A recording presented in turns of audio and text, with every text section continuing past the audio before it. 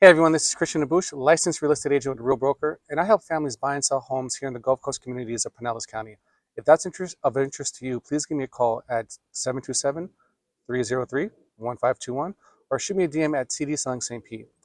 Now, we all know that houses are sitting on the market a lot longer, especially the waterfront homes that I like to help my clients purchase.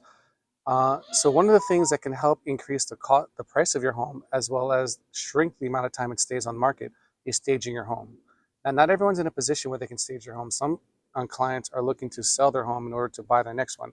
But if you're in this position where you're actually able to vacate the property from the home, the furniture, the pictures, etc., then staging your home gives you the best opportunity to, one, increase the price that's offered for your home. You know, buyers like to see themselves in the space, and if the space is filled with new furniture or furniture that fits a specific aesthetic, like here on the waterfront, then you're likely to get their imaginations running, and you might likely get a bidding offer going if you price your home properly. Secondly, it's statistically been proven that homes that are staged stay on the market less. So in a place that we're in now, where the homes are sitting longer and longer compared to a year ago, this gives you the best opportunity to increase the price offered and shrink the amount of time that it's on the market.